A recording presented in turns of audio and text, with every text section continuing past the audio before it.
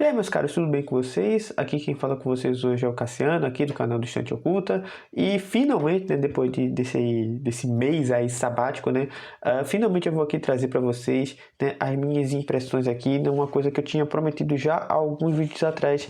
E hoje aqui nós vamos falar aqui sobre a biografia do Tolkien, né? Esse início de vídeo já foi todo cagado, meu Deus do céu. Mas enfim, eu já estava há muito tempo para ler esse livro aqui, né, que é a biografia do Tolkien, do Humphrey Carpenter.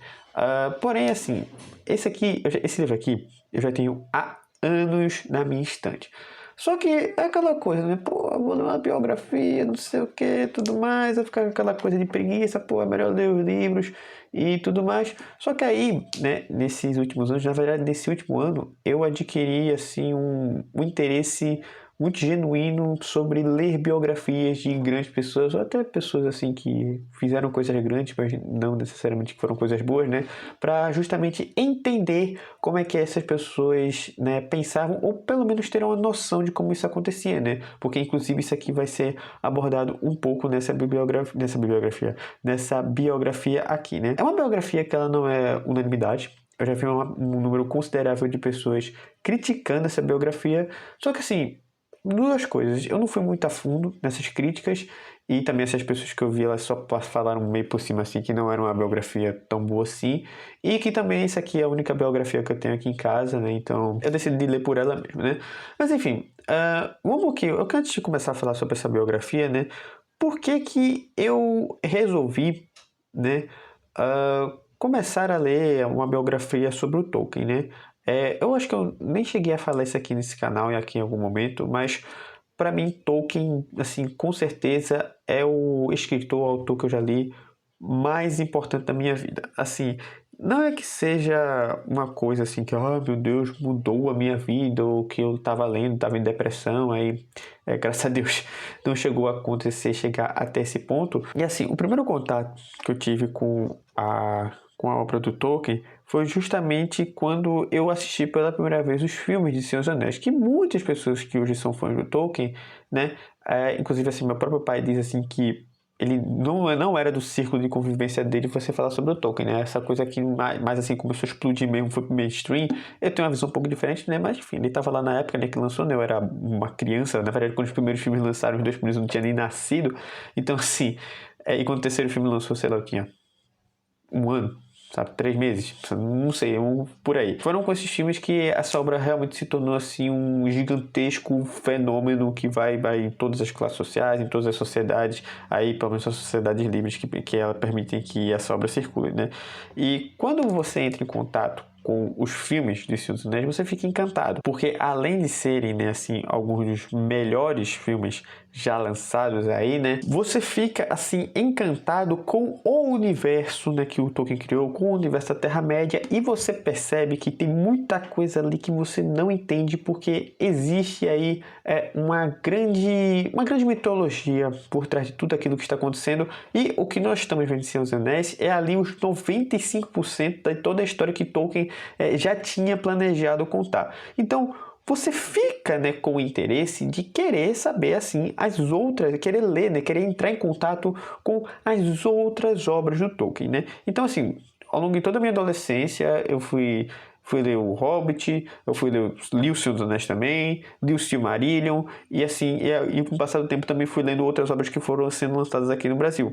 Só que esse ano aqui, especificamente também ano passado, eu comecei assim, a entrar numa vibe de que, cara, eu quero reler, né, todas essas grandes histórias assim que me formaram, né, como pessoa, me formaram como leitor, principalmente, em que assim, eu teria que começar relendo toda a obra do Tolkien, né? E assim, antes de propriamente reler a obra do Tolkien, eu queria saber um pouco mais sobre sua personalidade, eu queria saber um pouco mais sobre sua influência, porque o que é que fez uma pessoa que vivia lá na Inglaterra criar toda uma mitologia que foi assim, foi fundamental, foi o marco zero da fantasia moderna, que muitos autores hoje em dia não gostam de Tolkien, mas escreve fantasia e só existe um mercado de obras de fantasia porque o Tolkien criou isso, permitiu criar. Não foi só ele, mas ele foi o principal que criou isso lá nas décadas de 30 até as décadas de 50, né? Então, assim, fui ler aqui essa biografia do Tolkien aqui, por mais que muitas pessoas não gostem dela, mas como eu falei agora há pouco, é a que eu tenho, então eu fui ler ela aqui, né? E assim, uma das coisas que primeiramente, né, eu tô aqui com as minhas anotações aqui, né?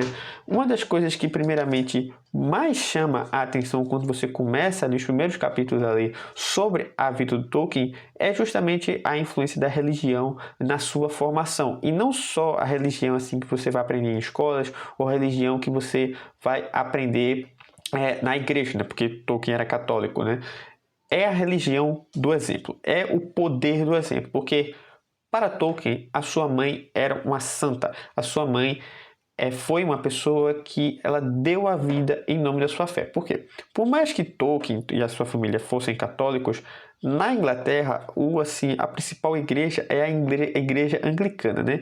E, assim, eu não sei como é que estão as relações da igreja anglicana com a igreja católica hoje em dia, né? Na verdade, eu acho que eles deveriam se unir para combater a invasão islâmica que está tendo lá na Inglaterra, né? Mas nessa época, que como foi narrado aqui nessa biografia, não era uma coisa assim, historicamente também, o catolicismo e o anglicanismo eles não se dão bem. Então, quando a mãe do Tolkien ela se converteu, ela era da igreja anglicana e se converteu ao catolicismo, ela foi assim afastada da família. A família não queria mais saber dela, teve muitas más relações com a família e assim a mãe dele contraiu uma doença, não lembro agora se foi genética ou se foi uma doença que você contrai ela acabou contraindo essa doença, foi definhando com o passar do tempo, mas mesmo assim ela sabia, né, e o autor deixa bem claro aqui nessa biografia, que se ela se convertesse de volta à igreja anglicana, ela teria o apoio maior da família dela. Só que ela não se converteu de novo e morreu como católica. Esse poder do exemplo fez com que Tolkien fosse assim um católico muito convencido durante toda a sua vida. E assim, essas primeiras partes, né, propriamente ditas dessa biografia, que as partes que eu mais achei interessante dessa biografia foram justamente do autor narrando a vida do Tolkien antes dele começar, né, a criar justamente o seu mundo, né? Porque para mim é a parte mais importante. Justamente quando começa a parte que ele cria o Senhor dos Anéis, principalmente, fica uma coisa assim meio, não vou dizer que é desinteressante, mas que fica tipo, cara, a parte da criação não é justamente aquilo que a gente esperava encontrar nesse tipo de biografia, né? Porque a gente vai querer saber nessas biografias sobre como foi o processo que ele criou. Só que depois eu parei para perceber que ele já contou aqui o processo criativo que levou Tolkien a criar esse mundo, que foi justamente toda a sua vida. O Senhor dos Anéis, o Legendário, toda a mitologia de Arda e da Terra-média foram um produto de uma vida inteira de criação, de estudos, tanto na parte de filologia quanto na parte de mitologia em si, principalmente mitologia escandinava, né? E assim, aqui eu fiz algumas anotações aqui, né, de que desde cedo, né, desde bem cedo, assim, a adolescência, a grande paixão do Tolkien era pelas línguas, né, e especialmente na criação delas. Ele gostava particularmente bastante do galês e, se não me engano, do finlandês. Tanto é que uma das histórias dessa mitologia também falava de islandês antigo, né? Também ele gostava bastante, mas um dos pontapés iniciais de toda a sua mitologia da Terra-média foi uma adaptação que ele fez de um personagem da mitologia finlandesa, né? Que o Eärendil, que ele era um navegante, e ele queria explorar outros mares e tudo mais. É uma interpretação ali também de um personagem da Terra-média que depois ele adaptou isso para a Terra-média, né? Uma outra coisa também que o Tolkien, né, quando ele era na sua juventude, assim, o livro vai detalhar várias e várias coisas e ele vai assim até ficar dando certas voltas em alguns temas, porque esses temas foram muito importantes para a criação aí do seu imaginário, né? Mas uma coisa que foi muito importante mesmo na vida de Tolkien foram as suas amizades, principalmente amizades masculinas, né?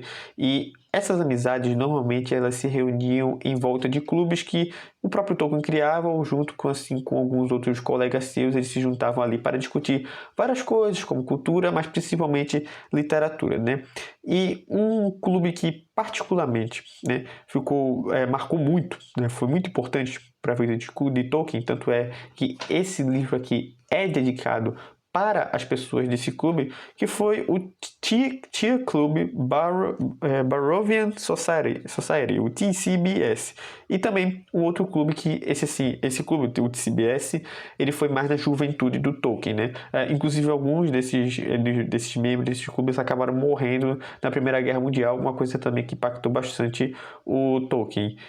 E também um outro clube, que esse aí as pessoas conhecem mais porque outras pessoas que depois vieram se tornar autores de fantasia participaram também desse clube, que é o Clube dos Inklings, né? Do qual também fazia parte desse clube o C.S. Lewis e o Charles Williams, né? Muitos capítulos, né? Eu até fiz uma anotação aqui, né? De que muitos capítulos, tanto do Hobbit quanto do Senhor dos Anéis, e também vários dos grandes poemas, né, que o Tolkien queria compor aí para colocar dentro do seu legendário, incluindo o poema do Beren Luthien, que é uma maravilha, assim, que inclusive está na versão estendida do primeiro filme do Senhor dos Anéis. O Aragorn canta um pouco desse poema, que é o poema de Beren Luthien, que é uma das melhores histórias da Terra-média, de todo o legendário, na verdade. Ele foi lido nesses clubes, e assim, as pessoas desse clube davam muitas opiniões, incluindo o C.S. Lewis. Ele dava assim umas opiniões assim, que o Tolkien não gostava muito. Isso até foi motivo para eles provavelmente se afastarem ali um pouco mais no final da vida dele, né? Mas assim, o Lewis, ele foi uma pessoa muito importante, o C.S. Lewis, e também tem essa questão, é muito famosa, né, essa amizade do Tolkien com o C.S. Lewis, né? Porque a conversão do C.S. Lewis de ateu, se não me engano ele já era agnóstico, para o cristianismo, né, não para o catolicismo, mas para o anglicanismo, se deu muito por causa do Tolkien e por causa das conversas que os dois tinham, né? Então, eles tinham bastante... Essa amizade do Lewis e do Tolkien, ela é realmente bastante conhecida, então eu acho que nem cabe falar aqui sobre isso, né? Mas enfim, Lewis, o que eu quero dizer aqui? Lewis foi uma pessoa extremamente importante para tanto o Hobbit quanto os Seus Anéis, quanto todo o Legendário e as obras que são nelas, que existem nele, ganharem a luz do dia e serem como elas estão hoje, né? Muitas vezes o Tolkien só ignorava o que o Lewis falava, né? Mas a opinião do Lewis, de certeza, sim, influenciou muito, sim, o que é que o Tolkien estava escrevendo ali, né? E uma coisa muito interessante, que inclusive essa biografia dela dedicou um capítulo inteiro para falar sobre, é de que muita gente imagina de que, poxa, o Tolkien, ele criou literalmente todo um universo, sabe? Por mais que seja muito parecido com a própria, vamos assim dizer, imaginário cristão e tudo mais, tem muitas coisas ali que, por mais que, assim, hoje a gente considera até certa apologia, por mais que o Tolkien odiava isso, por isso que ele odiou, inclusive, as Crônicas de Nárnia do Lewis, porque ele não gostava de apologias, tem muita coisa ali que, assim... sendo bem honesto, assim, até vamos dizer que beira a apologia a justamente muita coisa que existe no cristianismo, né? Mas a gente fica imaginando assim, né? Pô, o cara, ele criou, assim, talvez o que seja uma das obras, assim, um conjunto de obras, um dos mais complexos aí do século XX, né? Vai ter uma galera que vai dizer assim, meu Deus do céu, mas é verdade, assim, sabe? O que o Tolkien, ele conseguiu criar ali com a criação do seu mundo, é uma história assim que tem muito autor aí que dedica a vida inteira para criar esse tipo de coisa e não consegue chegar nem próximo do que o Tolkien conseguiu fazer ali, né? Não, seu Jorge Martin, e aí, quando é que você vai terminar de escrever essas porra dos seus livros aí, tá bem?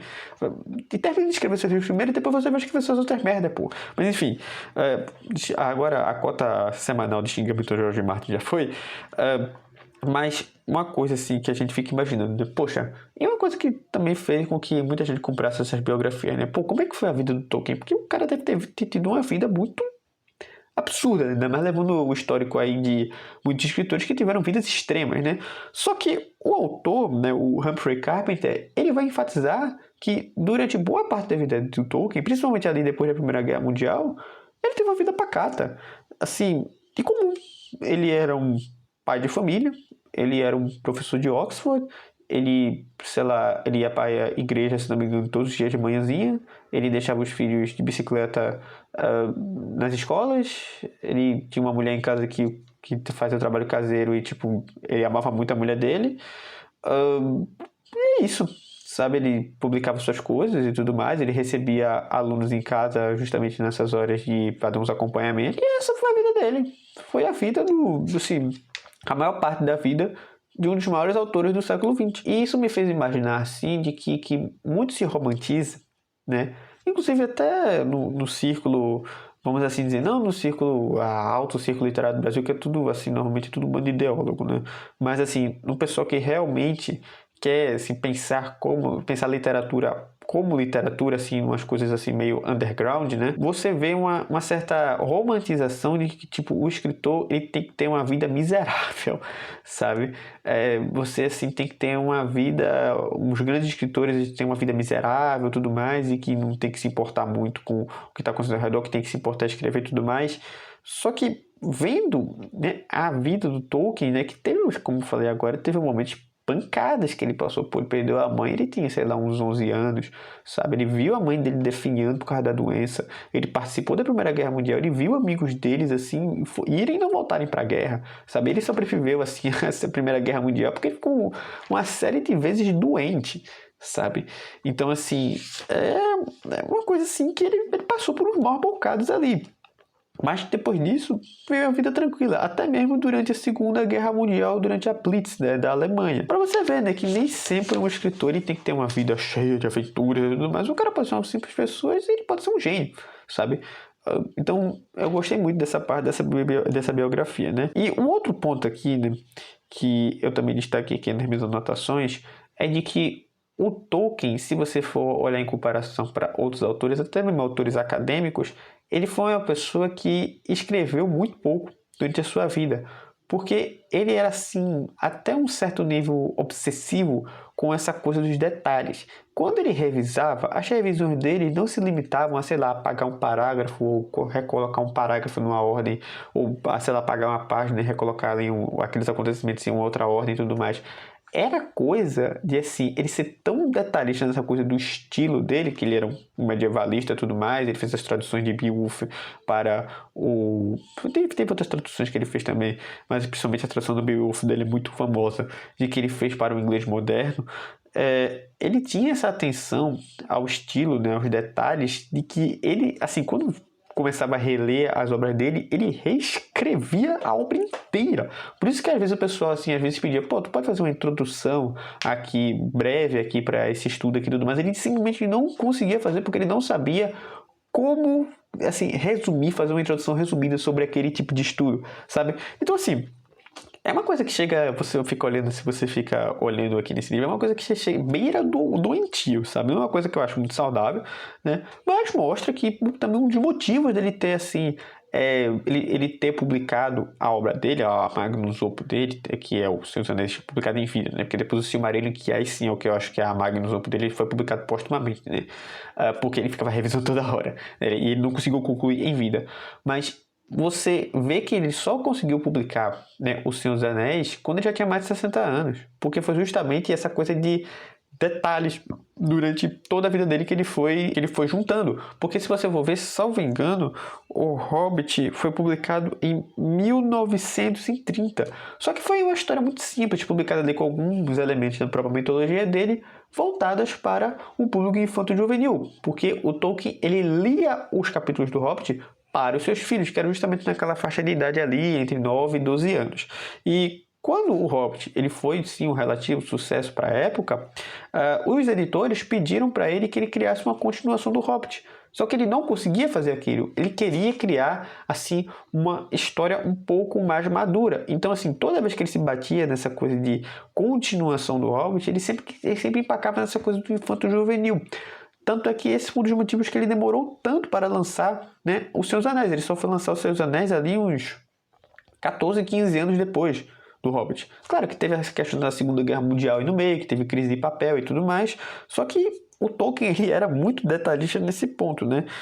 E a situação, como eu falei agora, né, foi pior ainda porque ele, justamente essa questão, mas agora voltando um pouco a falar de Seus Anéis, que eu esqueci de falar, ele lança A Sociedade do Anel num ano. Primeiramente, ele queria lançar os 3 livros em um só volume, né? E tipo, os editores falando assim, pô, tá meio grande isso aqui, né? Não tem como a gente lançar tudo isso aqui de uma vez só, porque não vai ser viável economicamente.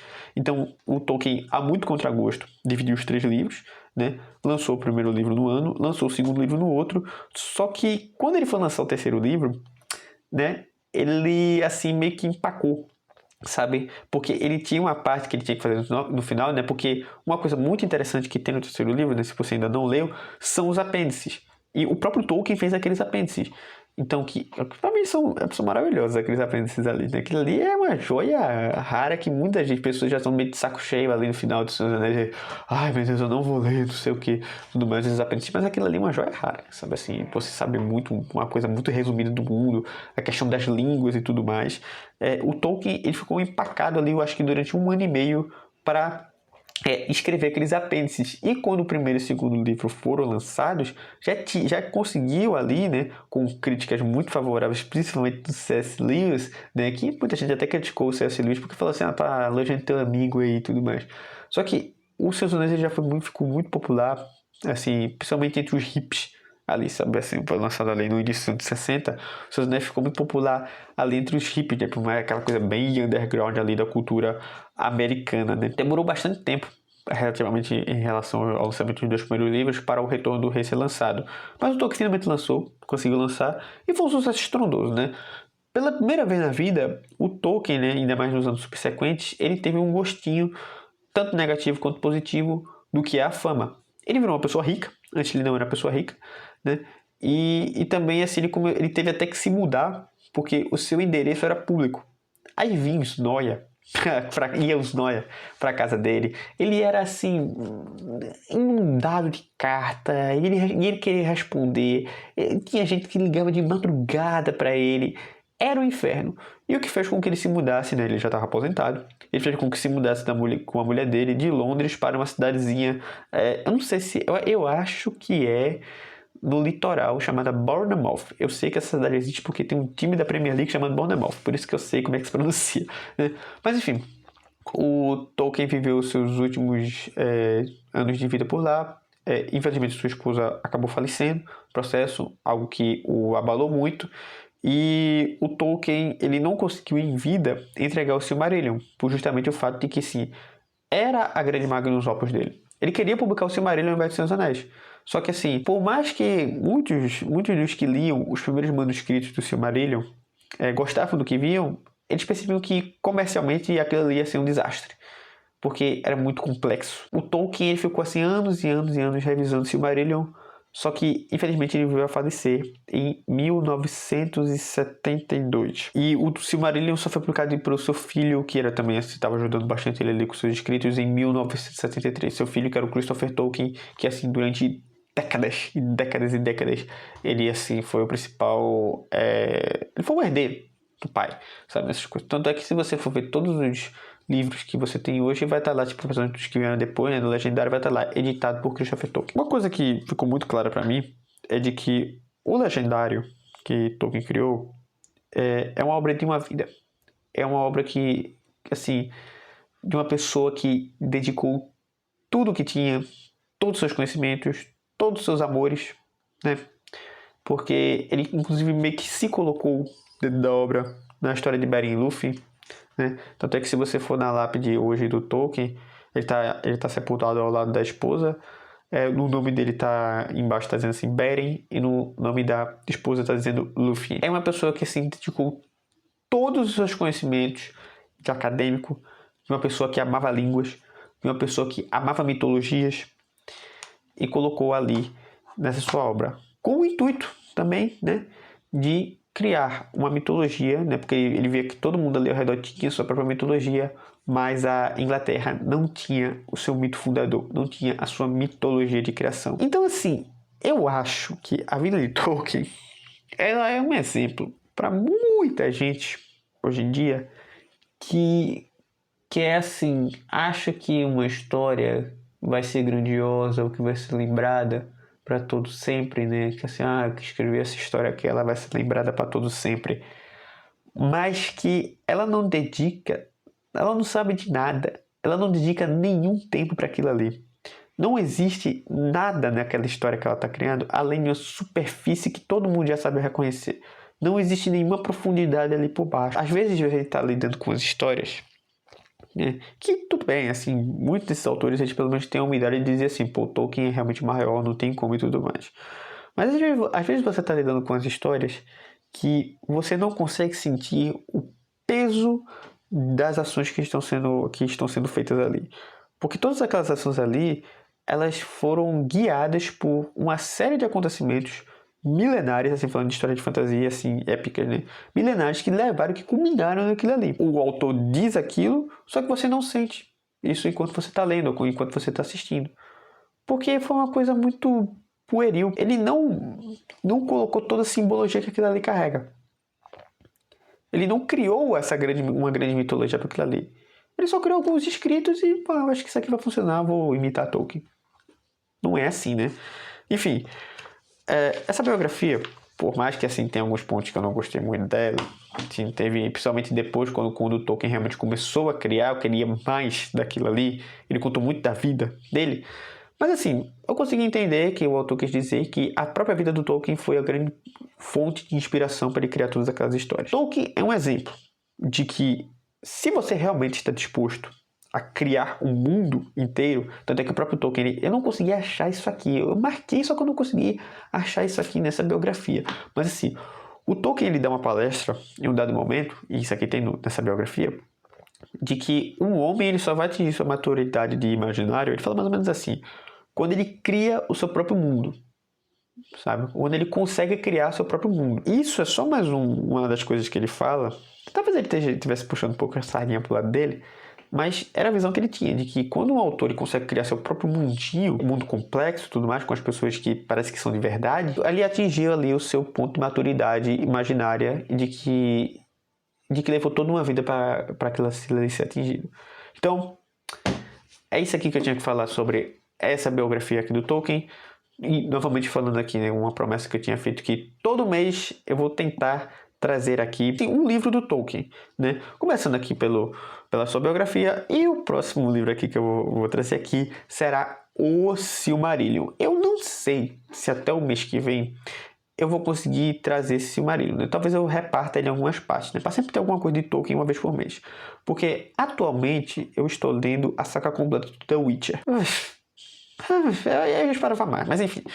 Eu estou lendo a saga completa do The Witcher e eu vou fazer um vídeo falando sobre uma resenha de toda a saga. Ainda estou no início, eu estou no segundo livro ainda, sabe? Estou na segunda metade do segundo livro, e que é um livro de contos aí e tudo mais. Então assim, eu não sei se mês que vem eu vou conseguir trazer a resenha do Silmarillion completo, porque é um livro muito complexo, por mais que assim, eu já tinha lido umas 5 vezes ele já. É um livro muito complexo, um livro muito denso, mas eu vou tentar fazer isso, né? Pelo menos alguma coisa de Tolkien vai ter no mês que vem, né? Vai ter em setembro, né? Então é isso aí, pessoal. Eu espero que vocês tenham gostado do vídeo, assim, voltando aí depois de vários meses, várias semanas de que eu tava aqui por fora. Eu também não tava lendo muita coisa, então não tinha nem o que falar, né? Apesar de que tem muito youtuber aí que finge que leu alguma coisa e vem aqui falar de livro, mas não leu. Mas enfim, eu espero que vocês tenham gostado do vídeo. Se gostou, não esqueça de deixar o like, se inscrever no canal e ativar as notificações. Vídeos novos aí toda semana. Vai ter vídeos novos aí toda semana a partir de agora. Mas então é isso aí, pessoal. Muito obrigado mesmo por ter chegado ao final do vídeo. Falou e até o próximo vídeo. Fui!